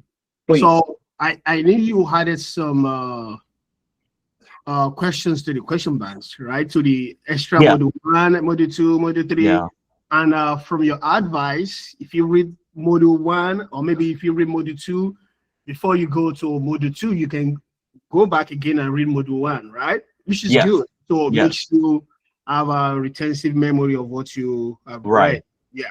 So my opinion is, so those new Q bank, why can't we make it do the same thing? Just like module 1, I mean module 2, if you give a questions of module 2, it's going to be part of the questions in module 1 and module 2. So in other way, you've been refreshed about what you studied in module, instead of being focused on only module 1, just like all others are module, I mean, Q bank are questions. You understand what I'm saying? Yeah. Like the other module 1 Q banks, that one is just pertaining to Q bank module 1. Correct. But the new one you just put in there, I was thinking it could be, I can do one module, one Q bank for 2 modules, serving the purpose. Like being just making like random questions. So, for me to remember what I read in module 1. You are absolutely right. But here's the thing. Some people might be just weak on module 1 or module 2 or module 3 or module 4. So what you are describing is the crash course review questions, where everything is together. I've never been to that. Anyway. Yeah, so you will be getting 600 questions by, I would assume, by Sunday, if not by Monday. So here's the thing, guys. If by Monday you didn't get it, you need to say, hey, Dr. Lopez, where is my email, right? Because, and then I'm going to say, hey, could you please search this name here? Because we got to identify if you are not receiving our emails. It's more important than me giving you the link, because we communicate through emails, and a lot of our emails goes through the trash bin. So that way you can highlight it and say, no, this is my contact, it's not a spam. But yes, you'll be getting 600 questions, which is the crash course review. And yes. So that would be like a week before the crash course. Correct. Okay. Correct. It'll be the week before. And then you save that email and you can have it. It's not, those questions are not here. So basically you get those 500, 600 questions here. You get the 600 questions for the crash course review. You get 175 times 4, which is the diagnostic test. And I am delivering more questions here. And we'll be doing more questions coming up in the next few days. So. Okay. So another clarifications. Please. So on the WhatsApp group, they discuss about how the IM converting to, the PO to IM, which they multiply by 20, and they give the first 100 milligram in the first week. So there's some kind of like deliberation. Is it after 7 days of the first IM or after 14 days? All right. So really, to clarify it, it is not for all medications. So we're talking about Haldol, and it's really after. It's not a. It's a mute point. You can say after a week or after 2 weeks. Is not that big deal. What is the big deal then? The big deal is that you do not give 200 milligrams at once the first time. Okay. So if it's like a week from, usually 5 days would be just fine. But if they can come back in 4 weeks, not a big deal, because it's going to be there, it's going to be working. It's going to take a little time, but it's not for every medication that how it works. It's just one drug, one example. Okay. Okay. All right. Thank you. All right. All right. And always use I use stall. That kind of teaches you how to transition from a antipsychotics to another. Danielle, hi. Hi, Dr. Lopez. Hi. I had 2 different questions. So I was doing those extra questions that you just added to those question banks. And one of them I did send to you because the rationale, I realized I picked the wrong answer just reading it, but in the rationale, it did say that that was the correct answer underneath the other rationale of it, saying that I believe it was like answer A was the actual answer. So I sent that to you because then it said underneath of it said, but then C is the correct answer. So I just wanted to verify that. I did send that whole question to you in an email. So appreciate it. For sure. Yeah, I just want to make sure I was either it was correct or not correct. No, I appreciate, because as we put in those questions, as you guys have experienced before, where you put your answer and then you go look at the test, like I didn't put C, I put a B. As we move through the screen, the answers flip-flop. Okay. It is problematic, right? It is very time-consuming. So if you find something that doesn't fit, let me know. We'll go address that. I try to address right away. That's why it's very important when somebody say, oh, I saw a question. Please tell me where, because there are thousands, not thousands, but there are, I don't remember what the questions are, because it's been, it's a lot of questions. But I'll definitely look at it specifically over this weekend. I'll definitely by Saturday, I'll give you an answer on that for sure. Okay, and then I had another question relating to, again, another question. I'm going to look for it specifically, but I just wanted to make sure that I was getting the understanding of it. It was about a child who was diagnosed with autism, and I'm pretty sure in this question too, they said that the child also had ADHD. When I went to go answer the question, because it said the parents are wanting they wanted medication for the child, but it had risperidone and it had gonfazine on it. So my question is, I picked risperidone because in your PDF files, it says antipsychotics are good for symptoms of tantrums and aggressiveness and behaviors, but the answer is gonfazine. Yes, and is that because the fact that he had ADHD with it, and so that's why? Okay, I just wanted to verify that. Guanfacine can also be good to calm them down. Yes. Right. But the main point is because of ADHD. Okay. So it wasn't, it wasn't focused on a tantrum in itself. But if we go back to the PDF, I think it mentioned tantrums for autism. If not autism, Tourette's. In case of Tourette's. But yes, the main point is ADHD there. I just wanted to make sure because, like I said, I understand why I got it wrong because of the fact of I was focusing on, he has autism, and then I remembered specifically you said risperidone for autism, but I basically kind of just blew past the whole ADHD and didn't even think about the intuitive that could have been counteracting for him. Yeah. So I just want to make sure on that. And then one more question. I'm so sorry. No problem. Please, this is your time to ask questions. So ask as many as you need. No need to be sorry. The 600 questions for this next crash course. I know that we just did a crash course as well. Will these be the different 600 questions, or will they be the same as the very previous one? The 600, I'm thinking that it'll be the same, but I'm thinking I might open a box here that says crash course review, and I put in few extras in there. So that way I don't have to work twice. Put in one in in a different place and one here. I can't really promise because these questions, each 100 questions, it is equal to 150 pages typed on Microsoft Word, right? So you can imagine how long it takes to type 150 pages, right? So if I don't get to it, it might be the same because you're very related to the content. But if I do, I'm thinking about putting a crash course review questions here with more questions. They might be different. So it remains to be seen. I might give it a try of doing the crash course review, a module here somewhere. Okay, yes, I just wanted to see because I didn't want to get into the habit of, I've seen these questions and I just know that answer. So that's why I just wanted to ask and verify. Thank you so much. I truly appreciate you. My pleasure, for sure. Thanks for asking the questions, though. Next person is Maria.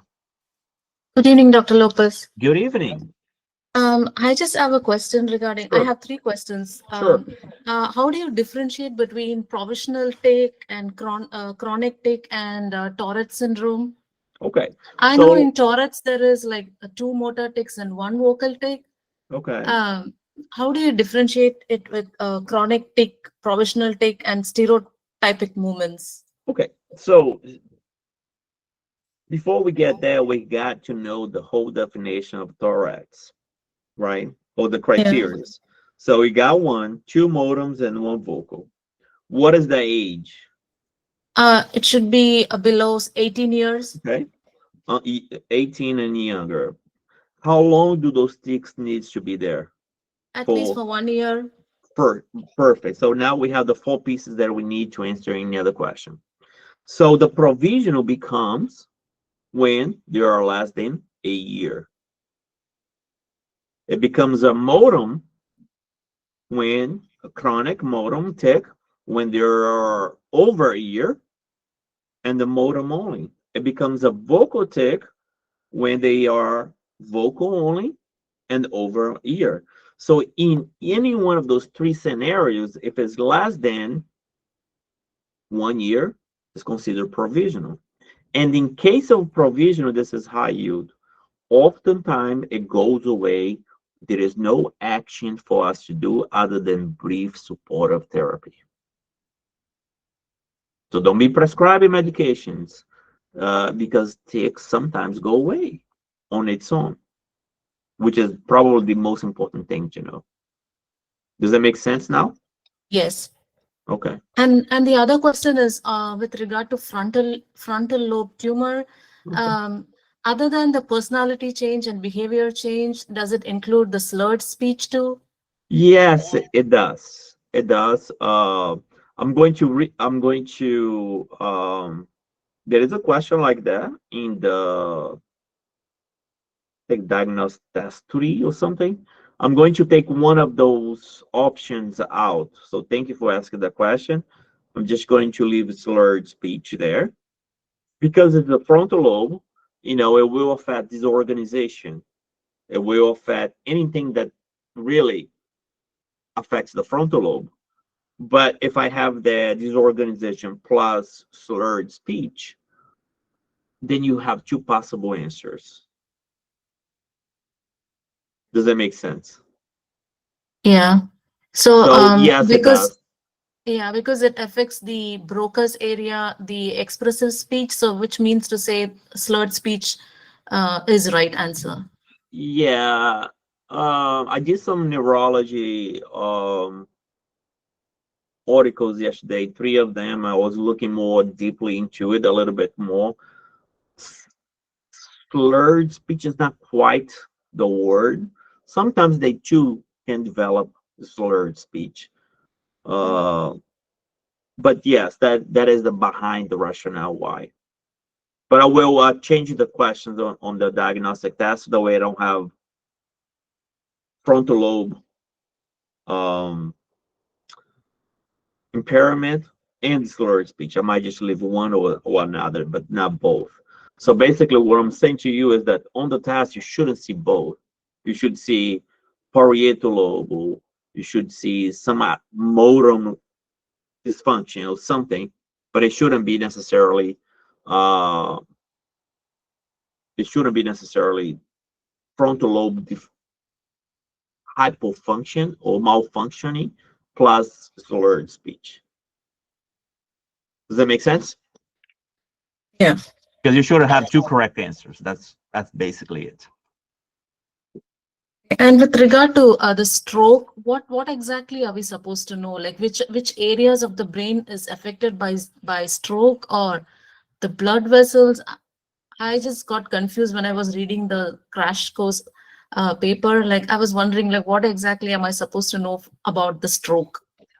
Strokes is basically understanding if you have a stroke, one area of the brain, that area is not going to be functioning well. Let's say you have a stroke on the right side, so your left side is going to be neglected, right?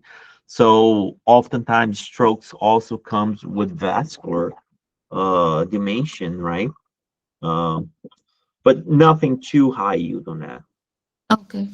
And with regard to ADHD, the dorsofrontal cortex is when there is a dysfunction, there's inattention. Yes. And with the orbitofrontal cortex, when there is a dysfunction, there's impulsivity. Yes. And with anterior cingulate, I mean, I have a doubt, like what is it, whether it's inattention or impulsivity too. Okay. Even though it does work with attention as well, but there's more impulsivity. Impulsivity. Thank you, Dr. Lopez. Thank you so much. My pleasure. Thank you, Maria. All right, next person is Amaka. Yeah, Dr. Lopez, how are you? Good. Hi. And yourself? I'm good, thank you. I just have a quick question. I know Ola already asked the same question. No problem. But I did not start from the module 1 when I started the class, I think about 2 weeks ago. I just started from, I think it's easier. I just go with the module that you are right now. So I started with 2, 3, 4. So, but my question is, when I go back to do the Q bank, based on the module, I see that there's a place that have comprehensive, and then they have the one that is individual Q bank based on the module. Do you think it's better to do the individual 1, 2, 3, 4, 5, and then do the No, comprehensive, or is better to no, do the the comprehensive, comprehensive? yeah, the comprehensive is what you need. Okay. These are just extra. So let's say you finish modules 1 through 5 and you say, well, I would like to practice some more. Then you can come over here and do these. These are just extras. It's not, I wouldn't say not needed, but if you feel like, oh, I'm still weak on therapies, I want more, then you can come over here and do more therapies. And these are being updated and uploaded. So you might go now there and you find like 7 questions out of the 50 here on Erickson. It means that I have probably another 400 questions coming up at some time. It won't be right away. But, because it's 300 questions, I may have done 10 on Erickson. So these are more diverse and more high yield. And then here we are going to talk about the same content in a more challenging way. Now, okay, this week we have the crash course review. I urge you, I think it's better if you are not in sync, because there is a positive in being sync, but there is also a negative, because when you are in sync, you are studying the same thing that I backwards. just covered. No, not backwards, which is what you should do in real life, right? You go to a lecture, I already read everything, so that way I can ask questions right away, right? So that's what I do. But in real life, they wouldn't offer a second way through the content. Now, let's say you are on module 1 and I am on module 4. In 3 weeks, you would have been on module 4. Now it would have been your second time through the content, rather than seeing the same content the same week and not necessarily having that gap where this is where our memories consolidate over the gap, over a period of time, reviewing things. Okay. But you're not wrong. It's just maybe not the like absolutely best, but it's still very good. There is nothing wrong with what you're doing. It's your preference, and it is totally okay. Okay. All right, because specifically, after you've gone through, the reality is after you've gone through once of the modules, you really only should be going back to the PDFs and active recall of the PDFs, because now there is nobody has the time to go back to the videos again, but you should be going back to the PDFs continuously, looking things that you learn. Can you say it without seeing, right? So that way it builds confidence and you know your stuff if you can say it without reading it. Okay. All right. My second question is is the crash course, how long is it? Okay. What I mean, like, is it 2 hours, 3 hours? I just have because I'm gonna be flying. So I'm trying to see how long it's gonna take so I can see if I have to reschedule my flight to be early in the morning or later in the evening. So crash course is about 10 hours each day. It's about 8 hours or 6, anywhere between 7 to 8 hours. A day or in 2 days? No, a day.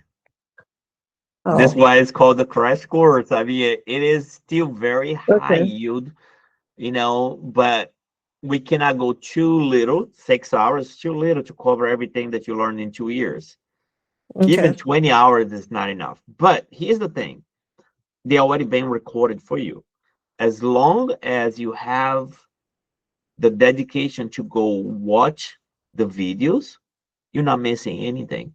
They're already here for you, right? So, but what happened is that when it's live, people will do anything is possible to come, because there will not be another live until another 30 days. Okay. So as long as you say, okay, I'm going to I'm not going to do the live, but I'm still going to go through each one of those. You know, each one of those might be like a 2 hours, 3 hours video. You know, there are longer a version of the crash course review, but it's there for you. You don't have to sacrifice your vacation or anything because we have it recorded for you. Okay. And you can always follow up, ask questions, send emails. Okay. What time and days does the crash course review start? It's always in about as once a month. This month it's going to be the 21st, 22nd.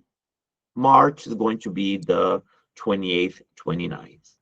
And remember, guys, your crash course review document under the first video of each module. So in this case, module 6, first video is what I showed you guys there, strategies.